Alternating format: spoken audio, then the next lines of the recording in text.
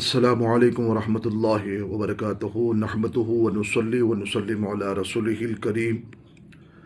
والصلاة والسلام علی سید الانبیاء المرسلین وعلی آلہ وصحبہ وبارک وسلم صلاۃ وسلام علی سید حبیبی یا رسول اللہ صلی اللہ علیہ وسلم۔ 22 رجب المرجب کی تاریخ جو درمیان میں موجود ہے، 22 رجب کو حضرت امیر معاویہ رضی اللہ تعالی عنہ کا وصال مبارک ہوا، اور ایک آپ صحابی رسول بھی ہے، کاتب وحی بھی ہے، اور دیگر احادیث اور حوالوں کے ساتھ یہ آئے گا۔ امیر معاویہ رضی اللہ تعالیٰ عنہ کا جو وصال ہوا 22 رجب کو ہوا، اور 22 رجب کو بھی جو ہے امام جعفر صادق رضی اللہ تعالیٰ عنہ کی فاتحہ و نیاز وغیرہ دلائی جاتی ہے،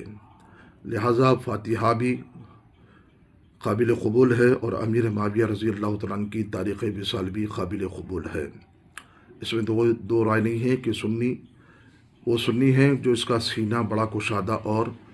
وسیع ہوتا ہے، اس دل میں صحابہ اور اہل بیت اور ائمہ مجتہدین محدثین صحابہ کرام کی محبت دلوں میں جاگزین بھی ہوتی ہے، اور ہر ایک سے محبت کرتا ہے، کسی سے وہ تنگ دلی نہیں رکھتا ہے بلکہ کشادہ دلی کے ساتھ محبت کرتا ہے۔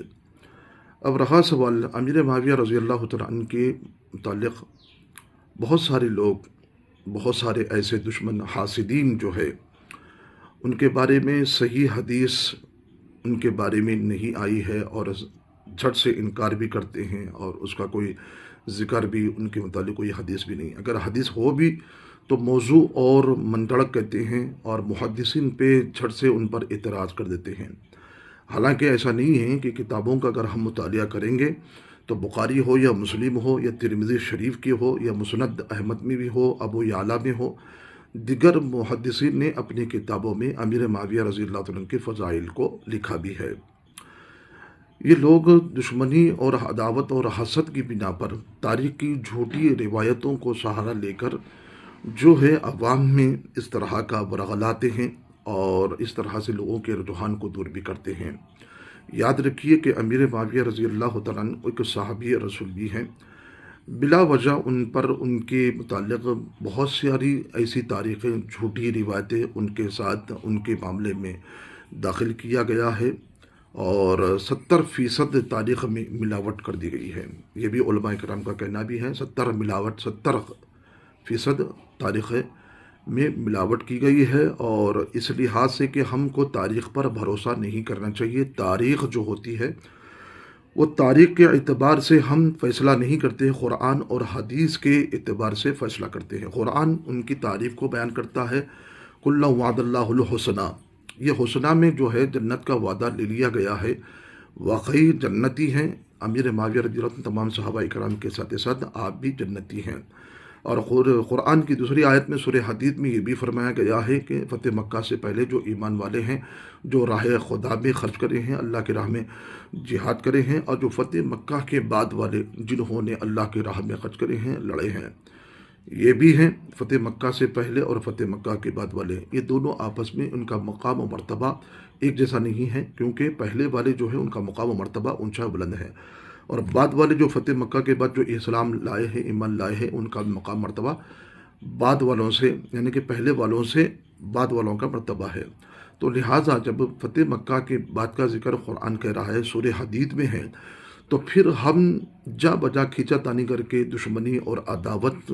میں ہم کیوں اپنی زبان داری کرتے ہیں، جبکہ قرآن کہہ رہا ہے کہ فتح مکہ کے بعد وہ ایمان لا چکے ہیں، جس کے اندر حضرت امیر معاویہ رضی اللہ تعالیٰ عنہ بھی ہیں، حضرت ابو سفیان رضی اللہ تعالیٰ عنہ بھی، حضرت ہندہ بھی ہیں، اور دیگر صحابہ کرام، کئی صحابہ کرام جو فتح مکہ کے بعد اسلام لائے، اور قرآن کی مانیں گے یا ہم ان کی مانیں گے، کیونکہ تاریخ کے ایسے حوالے لوگوں میں جو عام جو پھیلایا جا رہا ہے فیس بک پر کے ذریعے، فیس بک کے ذریعے سے، چیٹنگ کے ذریعے سے برغلاتے ہوئے، حالانکہ ایسے لوگوں کو میں نے دیکھا ہے کہ جن پر پگڑی ہے، ایسے جو بے دستار ہے بہت سارے ایسے لوگ ہیں جس کے اندر ایسے حادثوں کو، ایسی تاریخوں کو پیش کر کے لوگوں کے اندر ان کے ذہن کو ڈائیورٹ کرنے کی کوشش کرتے ہیں۔ میرے پیارے، اگر کچھ ایسی اگر حدیث آ جائے تو محدثین علماء اکرام فرماتے ہیں، جن میں اگر کوئی ایسی حدیث آ جائے جس کے اندر یا راوی کی طرف ڈھکلا جائے گا، یا راوی کی غلطی کو بتایا جائے گا، یا تو یہ تعویل کی جائے گی،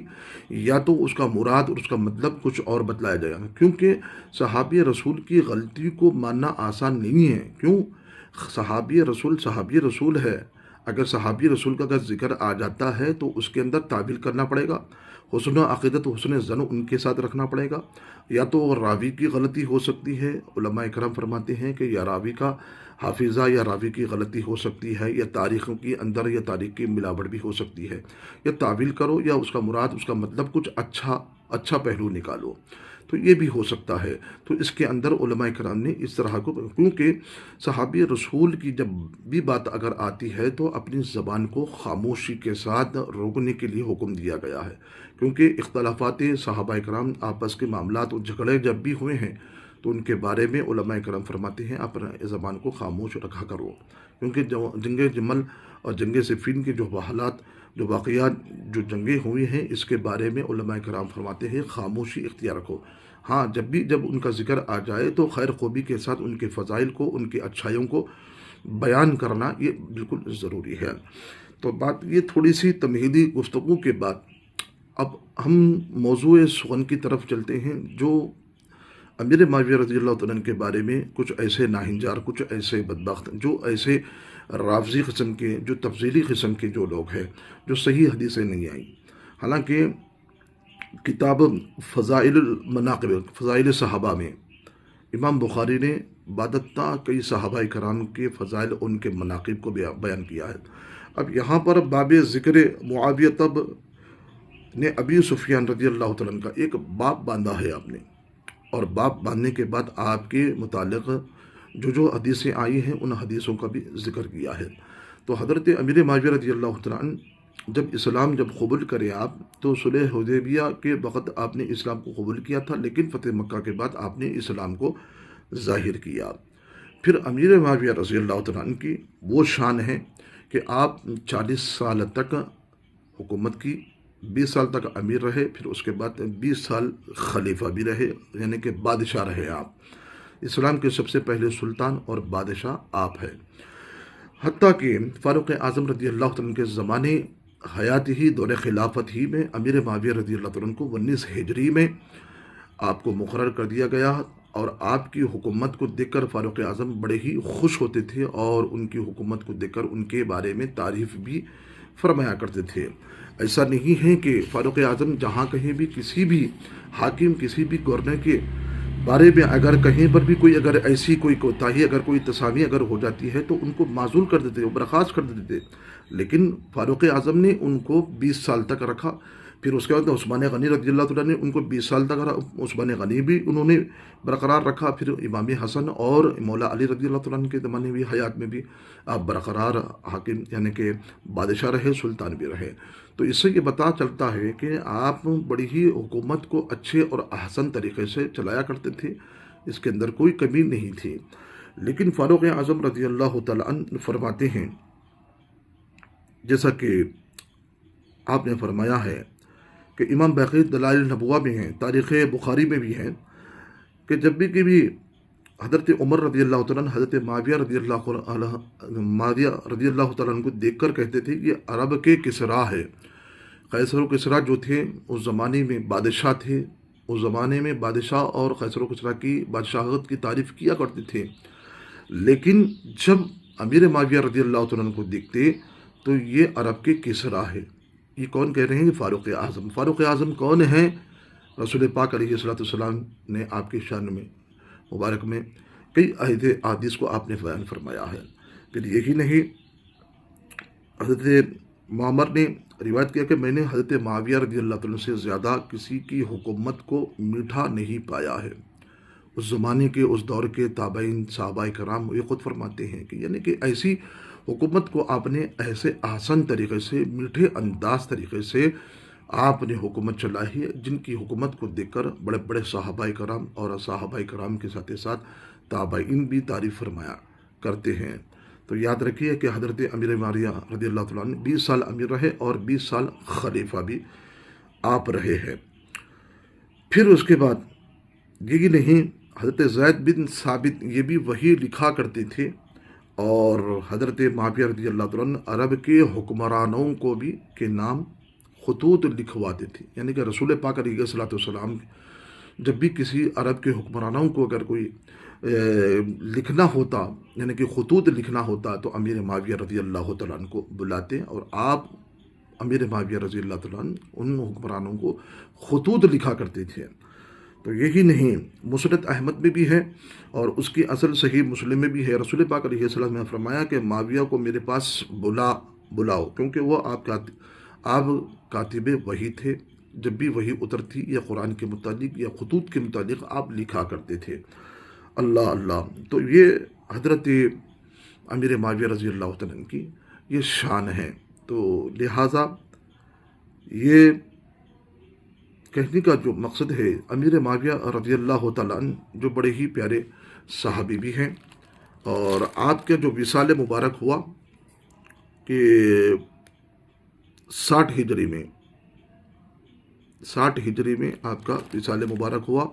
اور آپ کی عمر 82 سال تھی، اور اس لحاظ سے آپ کو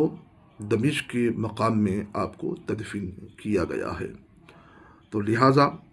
امیر معاویہ رضی اللہ تعالیٰ عنہ جو صحابی رسول کے ساتھ ساتھ آپ کے فضائل اور مناقب کو امام بخاری نے بھی آپ کی فضائل کو لکھا ہے، اور صحیح مسلم کے اندر بھی فضائل صحابہ میں مناقب میں بھی آپ کی روایت کے بارے میں، آپ کی حدیث، آپ کے متعلق آپ کے فضائل بھی آئے ہیں، اور امام احمد بن حنبل رضی اللہ تعالیٰ نے فضائل صحابہ کے اندر بھی آپ نے فضائل کو باب کو بھی آپ نے باندھا ہے، اور آپ کے متعلق فضائل والی احادیث کو بھی آپ نے ذکر کیا ہے۔ تو لہٰذا حضرت امیر معاویہ رضی اللہ تعالیٰ عنہ کے بارے میں صحیح بخاری کی وہ حدیث پاک ہے جس کے اندر ابن ملیکہ جو ہے حضرت عبداللہ ابن عباس رضی اللہ تعالیٰ عنہ کے اولاد تھے، وہ امیر معاویہ رضی اللہ تعالیٰ عنہ کے پاس آئے، اور ان کے متعلق آپ نے یہ بتایا کہ امیر معاویہ رضی اللہ تعالیٰ عنہ ایک وتر کی 1 رکعت پڑھتے ہیں۔ کس نے کہا؟ ابن ملیکہ نے کہا۔ یہ کون ہیں؟ حضرت ابن عباس رضی اللہ تعالیٰ عنہ کے غلام تھے ابن ملیکہ۔ وہ آ کر حضرت ابن عباس رضی اللہ تعالیٰ عنہ سے کہا کہ ابن ملیکہ کہتے ہیں کہ میں نے امیر معاویہ رضی اللہ تعالیٰ عنہ کو دیکھا وتر کی 1 رکعت پڑھتے ہیں۔ تو حضرت عبداللہ ابن عباس رضی اللہ تعالیٰ عنہ نے فرمایا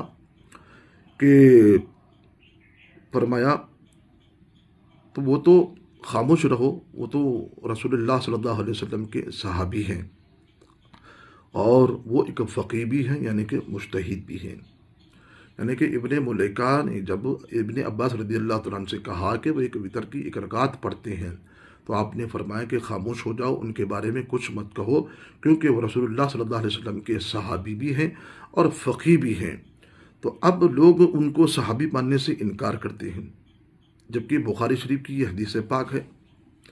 اور یہ حدیث پاک بخاری شریف کے اندر لائی گئی ہے۔ اور میں ان لوگوں سے یہ پوچھنا یہ چاہتا ہوں کہ جب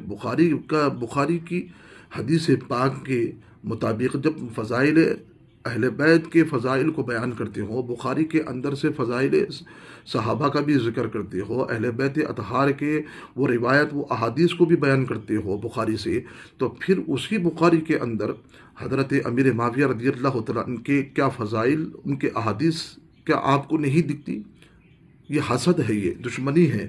یہ حسد اور دشمنی کے سوا اور کچھ بھی نہیں ہے۔ کیونکہ جب فضائل صحابہ اور فضائل اہل بیت کا جب ذکر کیا جاتا ہے تو بخاری سے کرتے ہیں، لیکن وہی فضائل اور ان کے مناقب جب بخاری میں امام بخاری نے ایک باب باندھ کر ان کے متعلق حدیثوں کو ذکر کیا ہے، تو پھر کیا وجہ ہے؟ یہی وجہ ہے کہ کچھ نہ کچھ ایک بیماری ہے، ایک حسد ہے، ایک دشمنی ہے۔ تو لہٰذا امیر معاویہ رضی اللہ تعالیٰ عنہ کو صحابی کہا جا رہا ہے، اور وہ ایک فقیہ بھی ہے۔ فقیہ کا مقام کیا ہوتا ہے؟ اللہ اللہ، ترمذی شریف کے حدیث پاک میں ہے کہ ایک فقیہ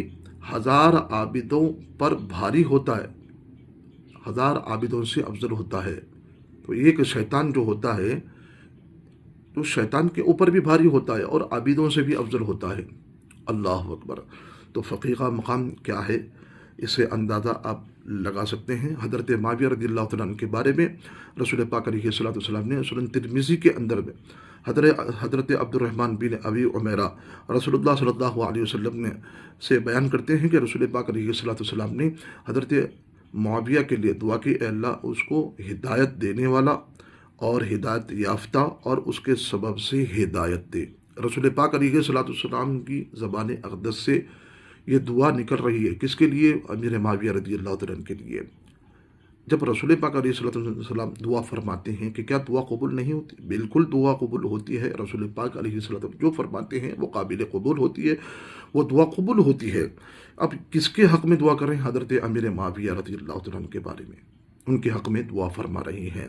تو اللہ اس کو ہدایت دینے والا، ہدایت یافتہ بنا اور اس کے سبب سے ہدایت دے۔ اللہ اکبر۔ اور خود بھی ہدایت والے ہیں اور ان کے ذریعے سے ہدایت دینے والا بھی بنا،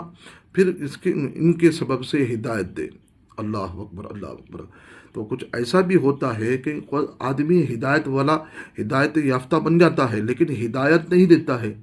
کچھ ایسے لوگ ہیں تو ہدایت تو ہوتے ہیں لیکن اس کے ذریعے سے لوگ ہدایت حاصل نہیں کرتے ہیں۔ لیکن یہاں پر امیر معاویہ رضی اللہ تعالیٰ عنہ کے بارے میں 3 چیزوں کا ذکر رسول پاک علیہ الصلوۃ والسلام نے، ہدایت دینے والا بنا، ہدایت یافتہ بنا، پھر اس کے بعد اس کے سبب سے ہدایت دے۔ اللہ اکبر۔ تو کیسی پیاری دعا ہے رسول پاک علیہ الصلوۃ والسلام، یہ سنن ترمذی کے حوالے سے ہے۔ پھر اس کے بعد حضرت امیر معاویہ رضی اللہ تعالیٰ عنہ کے بارے میں حضرت عمیر رضی اللہ تعالیٰ عنہ فرماتے ہیں، جب بھی ذکر کیا جائے امیر معاویہ رضی اللہ تعالیٰ عنہ، ذکر خیر کے سوا نہ کرو، یعنی کہ خیر کے ساتھ اور بھلائی کے ساتھ ذکر کیا کرو، کیونکہ میں نے رسول اللہ صلی اللہ علیہ وسلم کو یہ دعا کرتے ہوئے سنا ہے کہ اے اللہ معاویہ کے سبب سے ہدایت دے۔ یہ کس میں ہے؟ یہ ترمذی شریف کے حدیث پاک میں ہی، یہ صحاح ستہ کے اندر یہ اس کا ترمذی شریف کا مقام ہے۔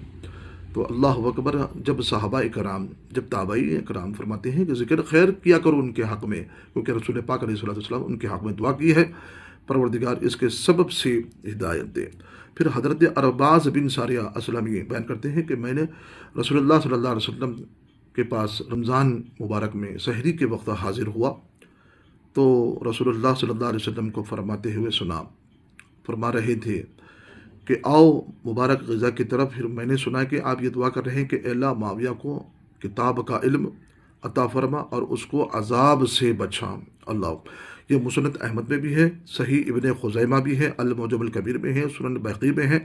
السنن الکبریٰ میں ہے، شرح مشکل آثار میں ہے، صحیح ابن حبان میں ہے، مصنف ابن ابی شیبہ میں ہے، مسند بزار میں ہے، مجمع الزوائد میں یہ حدیث پاک آئی ہے۔ کیا فرماتے ہیں؟ حضرت ارباز بن ساریہ رضی اللہ تعالیٰ عنہ فرماتے ہیں کہ رسول اللہ صلی اللہ علیہ وسلم کی بارگاہ میں حاضر ہوا تھا، رمضان کا مہینہ تھا، سرکار نے سحری کے مبارک غذا میں مجھے شامل بھی کیا اور میں نے اپنی آنکھوں میرے کانوں سے سنا ہے کہ رسول پاک علیہ الصلوۃ والسلام حضرت امیر معاویہ رضی اللہ تعالیٰ عنہ کو دعا دے رہے تھے کہ کتاب کا علم بھی عطا فرما اور اس کو عذاب سے بچا۔ رسول اللہ صلی اللہ علیہ وسلم امیر معاویہ رضی اللہ تعالیٰ عنہ کے بارے میں ان کے حق میں دعا دے رہے ہیں، کتاب کا بھی علم عطا اور عذاب سے بچا۔ جب عذاب سے بچا رسول پاک دعا دے رہے ہیں اور کچھ ایسے ناہنجار، کچھ ایسے بدبخت جو ان کو جہنمی کہتے ہیں، نعوذ باللہ استغفر اللہ، ایسے لوگوں سے ہم کو بچائے پروردگار۔ تو لہٰذا ہم کو چاہیے کہ اس طرح کے چیزوں سے بچنا بھی چاہیے۔ امیر معاویہ رضی اللہ تعالیٰ عنہ کی وہ شان ہے، وہ عظمت ہے، لہٰذا آپ کی وہ شان و عظمت ہے کہ جس وقت آپ کی وصال مبارک کا وقت جب قریب آیا، ابن عباس رضی اللہ عنہ بیان کرتے ہیں کہ ان کو حضرت معاویہ رضی اللہ عنہ نے خبر دی کہ انہوں نے رسول اللہ صلی اللہ علیہ وسلم کو دیکھا اور اپنے بال کے خینچی سے کاٹے، اور ابھی کہتا ہے ہم نے ابن عباس رضی اللہ عنہ کہا کہ ہم کو یہ حدیث صرف حضرت معاویہ سے پہنچی، تو انہوں نے کہا کہ حضرت معاویہ رسول اللہ صلی اللہ علیہ وسلم پر یہ تہمت لگانے والے نہیں ہے، یعنی کہ صلح حدیبیہ کے موقع پر رسول اللہ صلی اللہ علیہ وسلم کی بال مبارک کو جب آپ حجامت بنوا رہے تھے، بال وغیرہ کاٹ رہے تھے، وہی بال مبارک کو تبرک کے طور پہ آپ نے حضرت امیر معاویہ رضی اللہ تعالیٰ عنہ کے پاس کچھ رسول پاک علیہ الصلوۃ والسلام کے بال مبارک تھے، آپ نے اسی بال کو آپ نے تبرک کے طور پہ رکھ لیا، اور آپ کے پاس ایک خمیس مبارک تھی، رسول پاک علیہ الصلوۃ والسلام کے ناخن مبارک بھی آپ کے پاس تھے۔ تو اللہ اکبر، رسول پاک علیہ الصلوۃ والسلام کے وہ تبرکات، بال مبارک، ناخن مبارک، خمیس مبارک، آپ نے اس کو محفوظ کر کے اکٹھا رکھ لیا تھا، اور وقت وصال کے وقت اپنے بیٹے سے کہا تھا کہ ان رسول پاک علیہ الصلوۃ والسلام کی ناخنوں کو میری آنکھوں پر رکھ دینا، بال مبارک کو میرے سر پر، پیشانے پہ رکھ دینا، اور قمیص مبارک کو رسول پاک علیہ الصلوۃ والسلام کو میرے سر کے بازو پہدی میں، سر کے بازو رکھ دینا۔ تو حضرت امیر معاویہ رضی اللہ تعالیٰ عنہ کی یہ عقیدت، یہ محبت ہے کہ رسول اللہ صلی اللہ علیہ وسلم سے بے پناہ عقیدت اور محبت کیا کرتے تھے۔ تو ناظرین کرام، یہ حضرت امیر معاویہ رضی اللہ تعالیٰ عنہ کی شان ہے، جو رسول پاک علیہ الصلوۃ والسلام کے تبرکات کو بھی اپنے ساتھ لے جا رہے ہیں، اور یہ سمجھ رہے ہیں کہ اللہ اکبر، اللہ ان تبرکات کے ذریعے سے اللہ مجھ پر رحم فرمائے گا،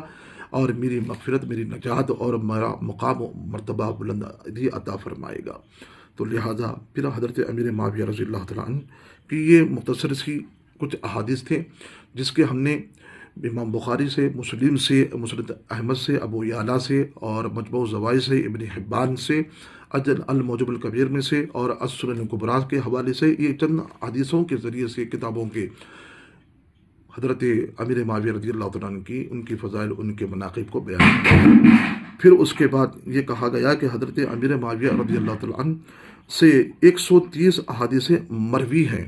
130 احادیث مروی ہے، جن میں سے 4 حدیثوں پر امام بخاری ہے، اور امام مسلم بھی متفق ہے، اور امام بخاری 4 حدیثوں کے ساتھ منفرد ہے، امام مسلم 5 حدیثوں کے ساتھ منفرد ہے۔ ان امیر معاویہ رضی اللہ تعالیٰ عنہ کی جو احادیث آپ سے جو مروی ہے، جو رسول اللہ صلی اللہ علیہ وسلم سے سنا ہے، وہ امام بخاری نے بھی اپنی حدیث میں پیش کیا ہے، اور امام مسلم نے بھی اپنی مسلم میں لائے ہیں، اور دیگر محدثین نے بھی اپنی اپنی کتابوں کے اندر، محدثین نے امیر معاویہ رضی اللہ عنہ کے ان احادیث کو بھی اپنے درج کیا ہے، کیونکہ وہ اچھے ہیں، صحابی ہیں، تبھی تو آپ نے محدثین نے ان کی حدیثوں کو بھی قبول کیا، اور اپنا باب بھی بندھا، ان کے فضائل کو بیان کیا۔ اللہ رب العزت سے یہی دعا ہے، پروردگار صحیح سمجھنے اور سمجھنے کی توفیق بھی عطا فرمائے، اور امام جعفر صادق رضی اللہ عنہ کی فاتحہ ہے، اور فاتحہ نظر اور نیاز ہے، ان کا بھی اہتمام بھی کرے، اور اس اہتمام کے ساتھ ساتھ امیر معاویہ رضی اللہ عنہ کی بھی فاتحہ بھی، ان کا بھی نام اور ذکر کیا کرے۔ اللہ رب العزت سے دعا ہے، یہی پیغام ہے، حق سمجھنے اور حق سننے کی